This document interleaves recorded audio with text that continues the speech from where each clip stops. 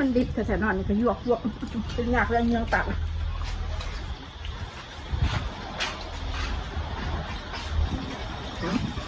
จำน้ำก็คือเก่าแล้วในวันน้ำดิบเนาะอะไรแบบจังตัวกับดิ้งคือกันนี่นะฮะ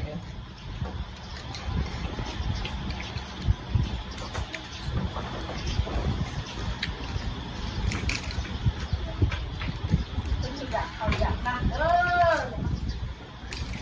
อยากหอนเลย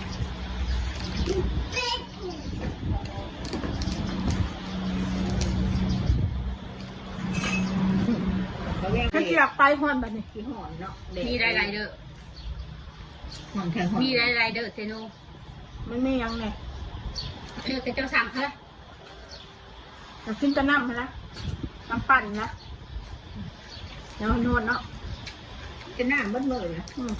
กินแต่น้ำปั่นเย็น